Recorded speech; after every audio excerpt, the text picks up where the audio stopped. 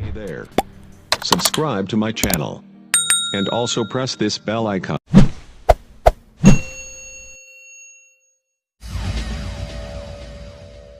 हिंदू दफनभूमीच्या जागेत अतिक्रमण. हिंदू दफनभूमीची जागा दुसऱ्या धर्मियांना देण्याचे कारस्थान. नाशिक अमरधामच्या पाठीमागील जागेतील हिंदू दफनभूमीची काही जागा मुस्लिम कब्रस्थानसाठी देण्याचा घाट मनपा प्रशासन व लोकप्रतिनिधींच्या माध्यमातून घातला जात आहे. ही बाब हिंदुत्ववादी संघटनांच्या कार्यकर्त्यांना समजतात त्यांनी हे काम बंद पाडले. यानंतर हे सर्व कार्यकर्ते महापालिकेत गेले असता तेथील मिळकतीचे नगररचना, बांधकाम विभागीय अधिकारी, पूर्व विभाग सभापती, गटनेता, सभागृहनेता तथा महापौर व इतर पदाधिकारी यांना या कामाचा कुठलाही ठाव ठिकाणा नसल्याचे समजले. तरी देखील सदर जागेतून 2100 स्क्वेअर मीटर जागेची फाईल तयार झालीच कशी असा प्रश्न उपस्थित होत आहे.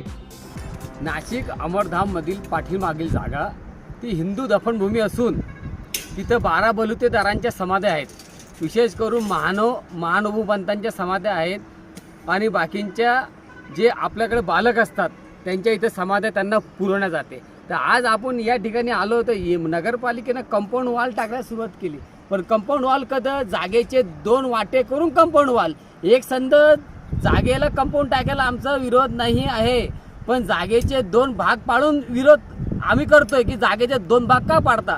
बरं 2 भाग पाडले तरी काही अडचण नाही, पण आमच्या समाध्या उस्तरून की हिंदूंच्या समाध्या तुम्ही तिथं त्यांचे कवटी, हाताचे हाडकं, पायाचे हाडकं स्पष्ट दिसते. म्हणजे समाध्या उकरून तुम्ही वॉल कंपाऊंड बांधता. वॉल कंपाऊंड बांधायचा अर्थ काय की याचे 2 वाटे करून एक वाटा कब्रस्तानला देण्याचा घाट का म्हणून हिंदूंनी सण हे करायचं. तरीही प्रशासनाने हा विषय गंभीर आहे. हा विषय जर अजून फैलला तर सगळे लोक जागृत होऊन सगळ्या पंथावाले इथे येतील आणि नगरपालिकेच्या अधिकाऱ्याच्या मानगुटीवर बसल्याशिवाय राहणार नाही.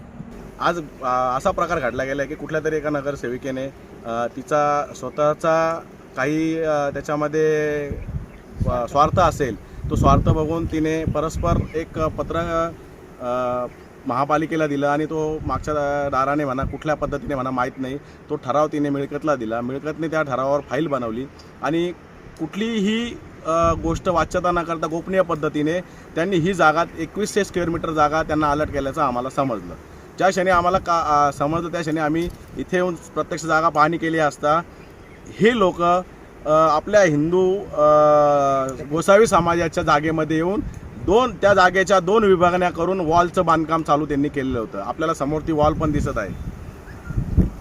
ती वॉल बांधत असताना त्यांनी बरोबर मधोमध या जागेच्या दोन्ही बाजूनी विभागणी करून पद्धतशीररित्या त्या 2100 स्क्वेअर मीटर जागेसाठी देखील हे प्रोटेक्शन असल्याचं आम्हाला त्याच्यातून जाणवत आहे. म्हणून आम्ही आज हे काम बंद पाडलं.